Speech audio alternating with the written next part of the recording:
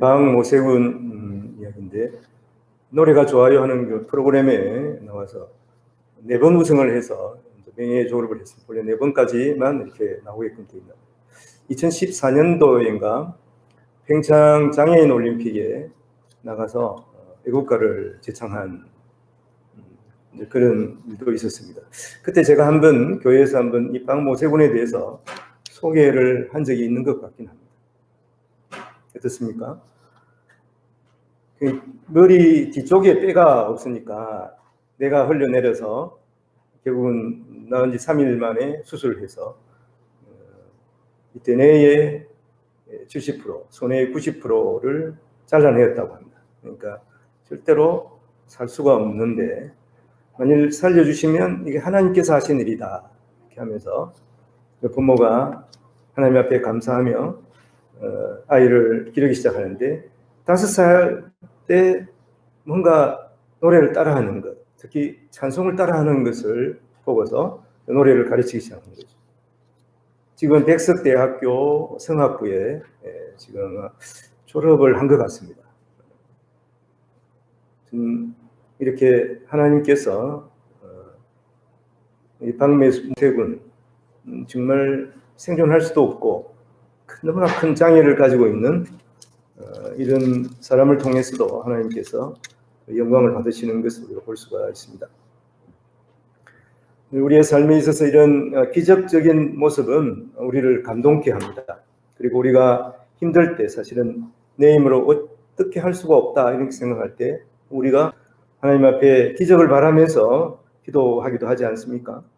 이것은 우리의 삶을 내가 마음대로 할 수가 없기 때문에 우리의 삶이 결코 녹록하지 않기 때문이에요. 그래서 어떻게 보면 우리가 하나님 앞에 하나님의 기적을 바라면서 기도하는 그 순간은 겸손한 그런 상황이라고 볼 수가 있습니다. 결코 우리 인생은 우리가 생각한 대로 사라지지가 않습니다. 때로는 감당할 수 없는 이 장애의 산이 우리 앞을 가리기도 합니다. 분명히 우리를 사랑하시는 하나님께서 우리에게서 이 큰 장애를 거두어 주실 것을 믿고 우리가 하나님 앞에 기도하지 않습니까? 성경에는 이러한 놀라운 하나님의 기적들이 기록되어 있습니다. 마태복음만 해도 예수님께서 행하신 기적이 35번가량 기록되어 있습니다. 특히 14장에는 오병이의 역사와 함께 또 무리를 걸으시는 예수님에 대한 얘기가 함께 기록이 되어 있어요. 전체적으로 보면 중풍병자를 또 일으키시고 나병 환자를 깨끗하게 하시고 바다를 잔잔하게 하시고 죽은 자를 살리시는 예수님의 표적이 기적이 기록되어 있습니다. 본문에서는 풍랑이 있는 바다 위를 걸어오시는 예수 그리스도, 또 물속에 빠져 들어가고 있는 베드로를 잡아 일으키시고 배에 오르시고 항해하시는 예수님의 모습이 기록되어 있는데요. 이것은 바로 예수 그리스도가 하나님이시라는 증거이기도 합니다. 예수님은 마태복음 14장에서 오병이의 역사를 일으키시고 수만 명을 먹이지 않습니까? 보리떡 5개, 물고기 2마리로 먹이게 됩니다. 이것이 보면 이 예수님이 행하시는 기적의 절정이라고 볼 수가 있습니다. 수많은 사람들은 이렇게 기적을 행하시는 예수님께 열광했지 않겠습니까? 제자들도 마찬가지였습니다. 자기의 스승이 이런 놀라운 기적을 행하시는 걸 보고 그들은 환호했을 것입니다. 그런데 예수님은 이 모든 것을 정리한 다음에 이 제자들에게 배를 타고 빨리 여기를 떠날 것을 명하십니다. 그 한밤중인데 5,000명을 먹이고 그 모든 것을 정리하게 한 후니까 아마 한밤중이 됐을 거예요. 근데 좀 쉬고 내일 가면 되는데 예수님이 불이 나게 제자들에게 배를 태워서 다른 곳으로 가도록 하신 거예요. 그래서 14장 22절에 보면 예수께서 즉시 제자들을 재촉하사 자기가 무리를 보내는 동안에 배를 타고 앞서 건너편으로 가게 하시고 그렇게 되어 있어요. 그리고 예수님은 늦은 밤에 좀 쉬시면 되는데 기도하려 올라가셨어요. 산으로. 23절에 무리를 보내신 후에 기도하러 따로 산에 올라가시니라 저물매 거기 혼자 계시더니.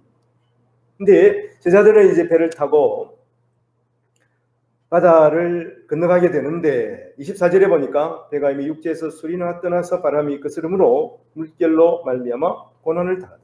예수님께서 이 제자들을 배를 타고 가라고 했는데 배를 타고 가서 얼마 되지 않아서 큰 폭풍이 몰아치기 시작하는 것이죠. 이 모습을 보면서 오늘을 살아가는 우리의 삶이 오버랩되지 않습니까?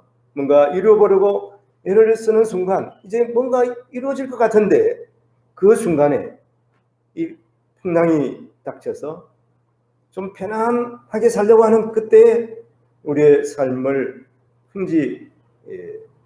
풍파로 그냥 삶을 힘들게 하는 이런 경우를 당하지 않습니까? 그래서 산더미 같은 장애물 앞에서 어떻게 할 줄 모르는 그런 상황을 당하기도 합니다. 지금 2021년도를 맞이하면서 지금 코로나 상황이 그런 상황일 수도 있어요. 그리고 개인적으로 또 육신의 아픔, 실패로 말미암아서 그렇게 느낄 수도 있습니다. 그리고 낭망하고 또 실패에 대해서 그런 상황 때문에 두려워하면서 또 자괴감에 빠지기도 하는 것이 우리 인생의 모습인 것이죠. 그런 때에 우리가 꼭 기억해야 할 것은 주님이 보고 계시고 주님이 우리를 보호하시는 분이신 것을 기억해야 하는 것입니다. 25절에 밤 사경에 예수께서 바다 위로 걸어서 제자들에게 오시니 그렇게 되어 있습니다. 밤 사경은 새벽 3시에서 6시 사이입니다. 그러니까 가장 어두울 때죠. 가장 캄캄할 때입니다. 어떻게 보면 인생의 가장 그 어두운 그러한 때를 상징적으로 보여주고 있는 것이죠. 이런 때, 이 고난의 때, 전혀 앞뒤를 알 수 없는 이런 때를 고난을 당하는 욥이 이렇게 말하고 있어요. 욥기 23장 8절 9절에 보면 근데 내가 앞으로 가도 그가 아니 계시고 뒤로 가도 보이지 아니하며 그가 왼쪽에서 일하시나 내가 만날 수 없고 그가 오른쪽으로 돌이키시나 배울 수 없구나. 이런 상황일지라도 주님은 우리를 아시고 계시고 우리를 보고 계시고 우리를 찾으시는 분이시다 하는 것입니다. 오늘 그 말씀이에요. 풍랑이 있는 바다 가운데서도 주님이 우리가 무엇을 하고 있는지 아시고 찾아오시는 것이죠. 그래서 시편 139편 9절에서 10절에 보면 내가 새벽 날개를 치며 바다 끝에 가서 거주할지라도 거기서도 주의 손이 나를 인도하시며 주의 오른손이 나를 붙드시나이다. 이렇게 시편 기자는 고백하고 있습니다. 그 다음 말씀을 쭉 보면 주님은 우리의 행지를 아시고 안고 일었음도 보고 계시고 그리고 힘들고 노를 젓고 있는 제자들을 보시고 계신다 하는 것입니다. 우리가 살아가는 세상에서도 힘들게 노젓는 경우를 분명히 만납니다. 그리고 노를 젓고 있는데 앞으로 가지 않고 그 물결에 휩쓸려서 때려 뒤로 가는 이러한 상황도 맞이하지 않습니까? 때로는 노를 젓고 있는데 아무도 도와주는 이가 없어서 외로이 노를 젓고 있다고 생각하는 그런 때도 있을 것입니다. 그때에 꼭 기억해야 할 것은 무엇이냐? 주님이 보고 계신다. 성령 하나님 우리와 함께 계시잖아요. 성령 하나님이 우리를 돕고 계신 것을 기억해야 합니다. 이 말씀과 병행해서 기록하고 있는 마가복음 6장 48절에 보면 바람이 거스름으로 제자들이 힘겹게 노 젓는 것을 보시고 밤 사경쯤에 바다 위로 걸어서 그들에게 오사. 그 다음 말씀에 보면 지나가려고 하심에 그렇게 되어 있어요. 내 곁에 오신 주님을 믿음의 눈으로 보아야 합니다. 주님이 바다 위를 걸어서 오신 거예요. 그런데 마가복음에서는 주님이 지나가려고 하심에 이렇게 기록이 되어 있습니다. 이것은 무엇입니까? 그때를 눈여겨 자세하게 보아야 됩니다. 그래서 예수님인 줄 알고 그 예수님을 꼭 바라봐야 한다는 것입니다. 이것을 특히 마가복음에서는 마가가 강조하고 있는 것이죠. 결코 주님을 놓치면 안 되는 거예요. 우리 곁에 오신 그 주님을 놓치고 나중에 후회하면 얼마나 억울하겠습니까? 그래서 우리 곁에 오신 그 주님을 바라보고 주님을 붙들어야 하는 것이고 중요한 것은 그때 주님께서 분명하게 우리에게 말씀하시고 계시는 것을 들어야 하는 것입니다. 오늘 27절 말씀에 보면 예수께서 즉시 이르시되 안심하라 난이 두려워하지 말라 이렇게 말씀합니다. 여기서 난이 하는 헬라어는 에고에임이에요. 우리가 요한복음 말씀을 함께 나누면서 요한복음의 이 에고에이미가 7번 기록되어 있다고 말씀을 드렸죠. 이렇게 한번 생각을 해보시고 무엇인가 한번 생각해 보시면 좋겠어요. 그리고 하나님 여호와의 명칭도 본래 스스로 있는 자라는 뜻이거든요. 야훼 하나님 그러잖아요. 그래서 이것을 기록할 때 I am who I am 그렇게 기록하고 있어요. 하나님은 양치는 모세에게 나타나셔서 자신을 소개하시면서 하시는 말씀이 주여 니시오니까 이러니까 하나님께서 나는 스스로 있는 자니라 하나님께서 그렇게 말씀하셨어요. 출애굽기 3장 14절에 보면 하나님이 모세에게 이르시되 나는 스스로 있는 자이니라 또 이르시되 너는 이스라엘 자손에게 이같이 이르기를 스스로 있는 자가 나를 너희에게 보내셨다 하라. 예수님은 자신의 실체를 제자들이 알기를 원하신 것이죠. 바다를 밟고 쓰신 온 세상의 창조주 하나님이신 것을 예수님께서 제자들에게 보여주시는 것이에요. 그런데 사실은 제자들은 무수고 떨고 있었습니다. 이런 부분들은 성경 곳곳에서 우리가 살펴볼 수가 있는데 같은 본문을 기록한 요한복음 6장에 보면 오병이의 기적을 목격한 많은 사람들은 사실은 예수님을 강제로 왕을 삼으려고 하는 것이죠. 예수 그리스도를 잘못 이해한 것이죠. 당시에 이 예수님의 능력이면 자기들이 지금 식민지로 있는 그 로마를 물리칠 수 있는 그러한 힘을 가지신 군사적인 예수 그리스도 메시아 그리고 정치적인 메시아 예수로 그들은 메시아 예수님을 판단한 것입니다. 그래서 강제로 예수님을 왕을 삼으려고 하는 거예요. 어떻게 보면 예수님께서 이런 것을 아셨기 때문에 일부러 이 제자들을 한밤중에 배를 태워서 옆 동네로 보내고 예수님께서는 그 무리들을 피해서 산으로 올라가셨는지 모릅니다. 어떻게 보면 그 풍랑이는 그 바다에서 예수님께서 그 제자들 앞에 나타나신 것은 제자들아 너희가 아직까지 나를 세상의 왕으로 보고 있느냐 이렇게 물으시는 그러한 주님의 몸동작 같지 않습니까? 우리는 어떠합니까? 예수 그리스도를 어떻게 보고 있습니까? 요한복음 10장 27절에 보면 내 양은 내 음성을 들으며 나는 저희를 알며 저희는 나를 따르느니라. 우리는 예수 그리스도를 알고 예수 그리스도를 따르는 성도들입니다.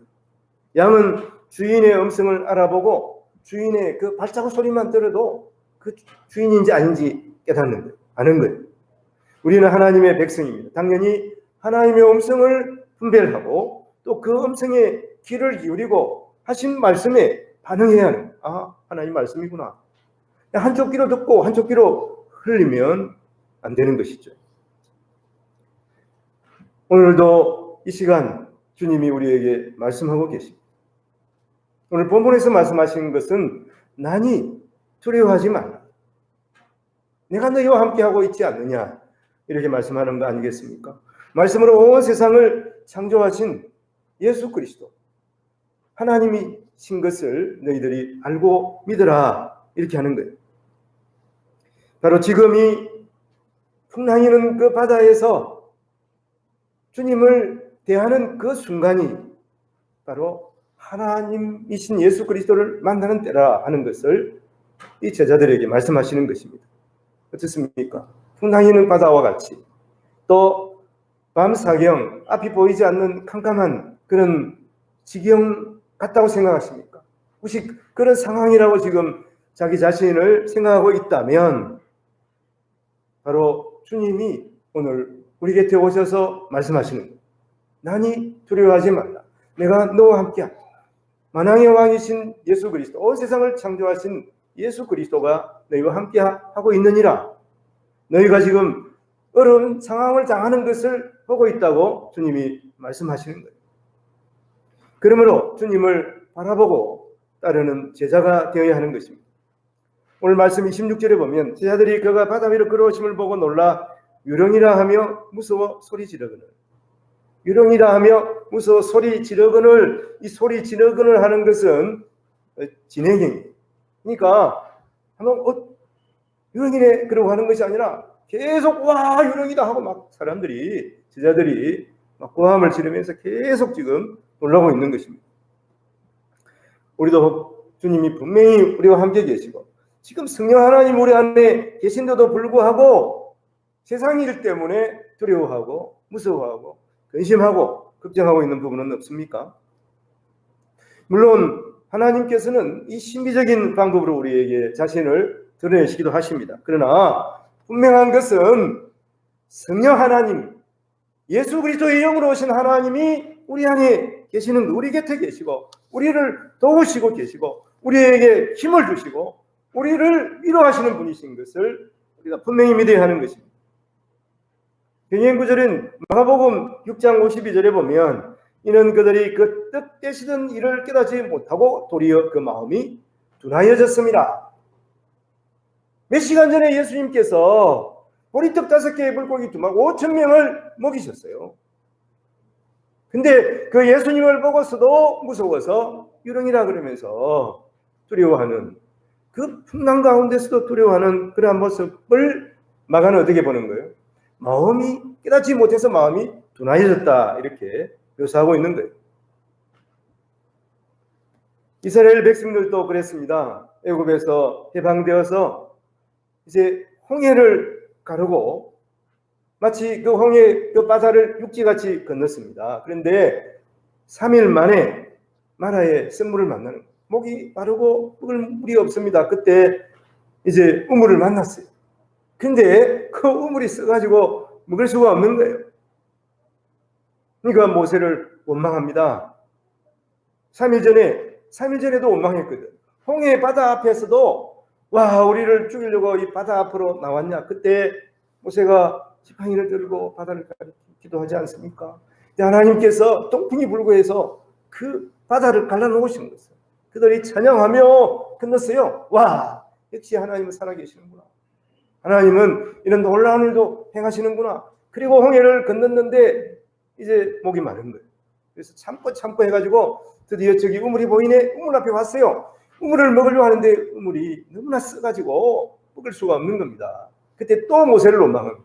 야 우물이면 좀 깨끗한 우물로 인도하지 왜 여기 쓴 물 앞으로 인도했냐. 그러면서 모세를 원망하고 하나님을 원망하는 거예요. 하나님께서 이렇게 말씀합니다. 너희가 명심하라. 너희는 내 백성이 나는 너희를 싫어하는 하나님이라. 여호와야파의 하나님이신 것을 말씀합니다. 출애굽기 19장 4절에 보면 내가 애굽 사람에게 어떻게 행하였음과 내가 어떻게 똑수리 날개로 너희를 업어 내게로 인도하였음을 너희가 보았느니라. 너희가 보았지 않느냐. 내가 어떻게 너희를 인도하여서 여기 인도한 것을 여기로 오게 한 것을 너희가 보지 않았느냐. 그런데 나를 믿지 못하고 일을 하고 있는 모세를 원망하느냐. 이렇게 우리 인생의 길에서 하나님이 어떻게 우리를 이때까지 인도하셨음을 기억해야 하는 거예요.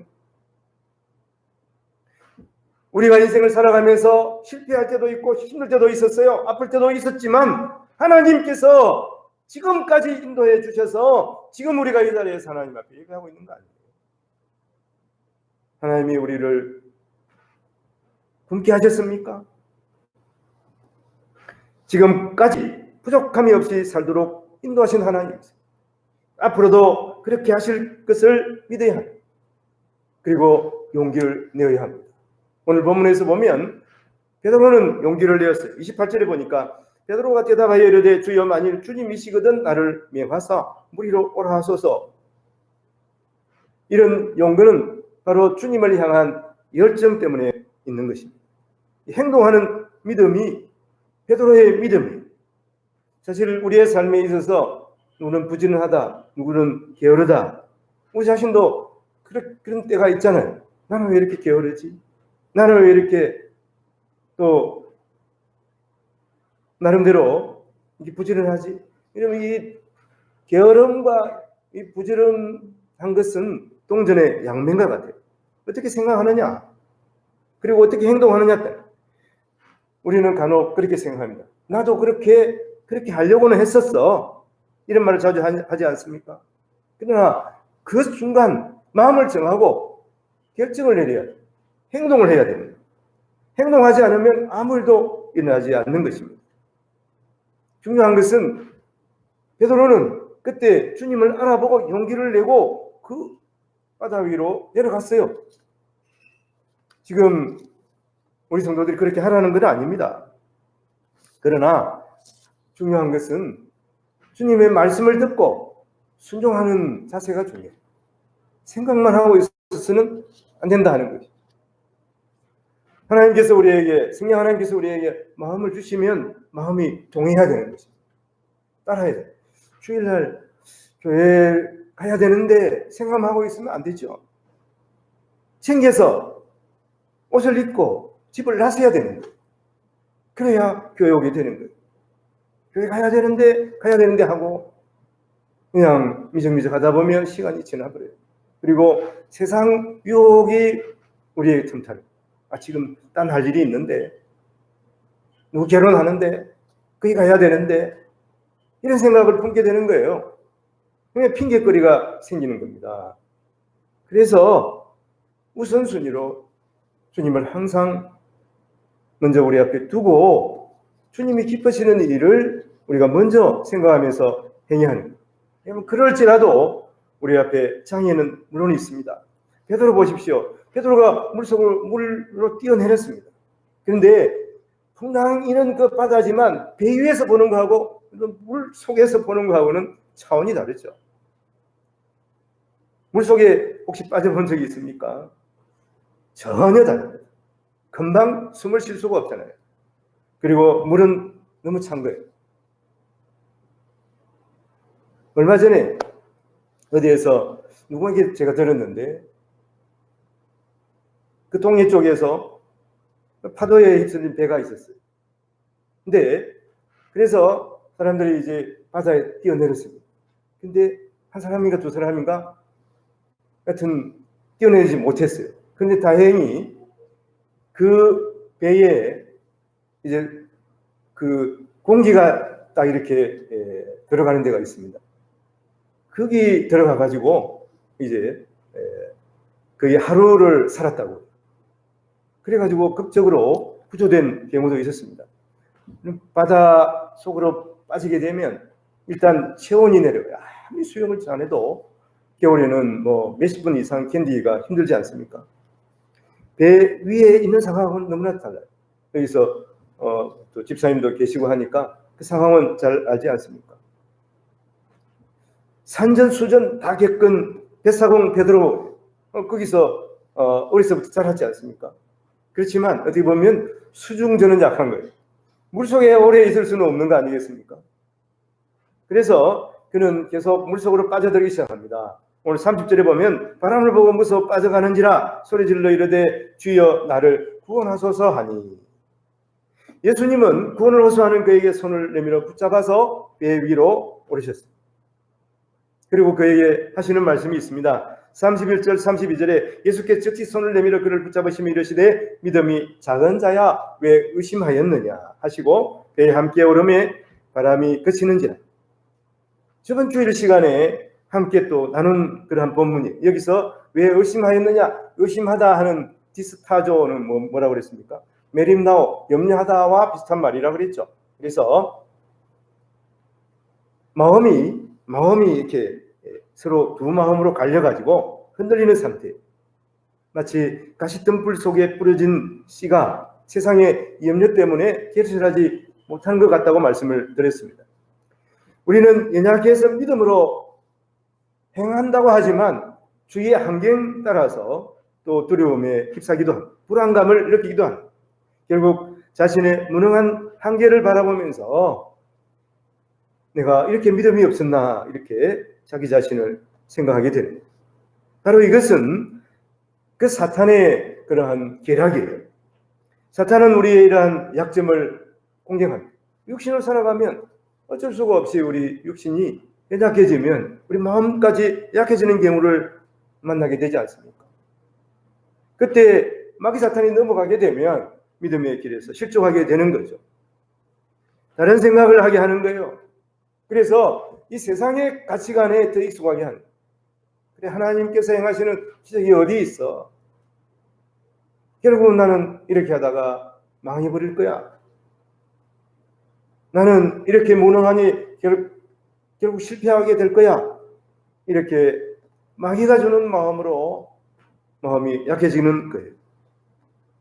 구약 성경에 보면 요나에게 하나님께서 니네의 회개를 선포하라고 합니다.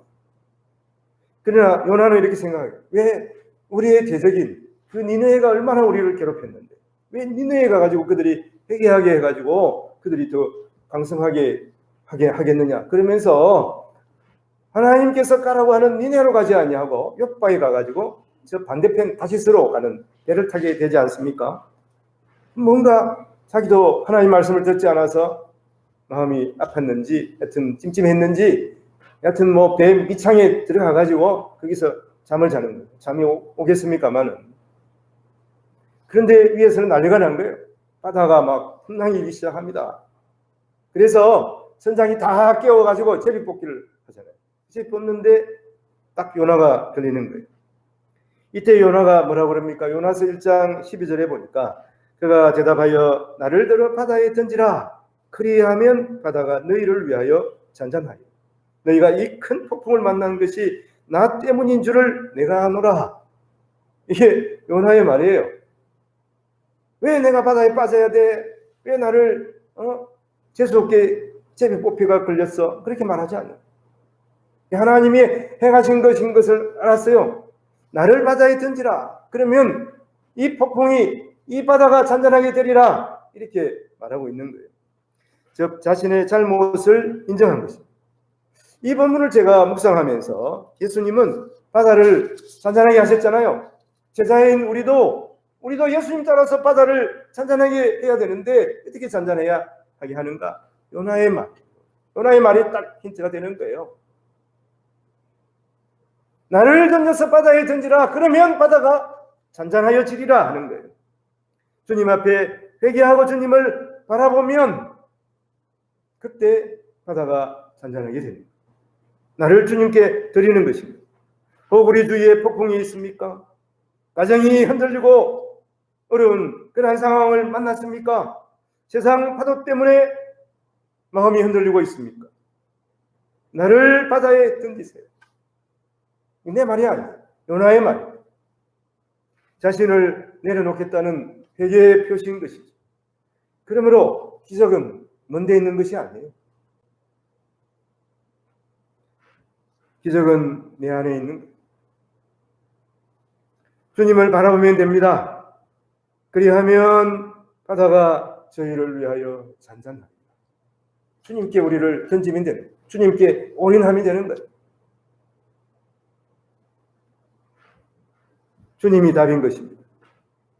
주님은 베드로의 손을 잡아 올리면서 믿음이 작은 자야 왜 의심하였나 이렇게 말씀하시잖아요. 마태복음 17장에 보면 예수님의 베나산 사건이 기록되어 있습니다. 그때 산 아래에 있던 제자들은 간질병 앓는 어떤 아이를 그 아버지가 데리고 왔는데 예수님이 이제 산 위에 올라가셨으니까 이 제자들이 고쳐보려고 기도도 하고 뭐 하고 했는데 간질병이 낫지가 않는 거예요. 그게 예수님께서 산 위에서 이제 그 베드로, 야고보, 요한과 있다가 내려오셨잖아요. 내려오시는데 그걸 본 거예요. 뭐 이 간질병 환자가 야단을 치고 막 그렇게 하고 있는데 제자들이 어쩔 줄 모르고 있는 거예요. 그때 예수님께서 그 간질병 환자를 고쳐주십니다. 그리고 이제 그 간질병 환자와 그 아버지가 돌아갔어요. 그러니까 제자들이 무색해가지고 와서 예수님에게 물어보는 거예요.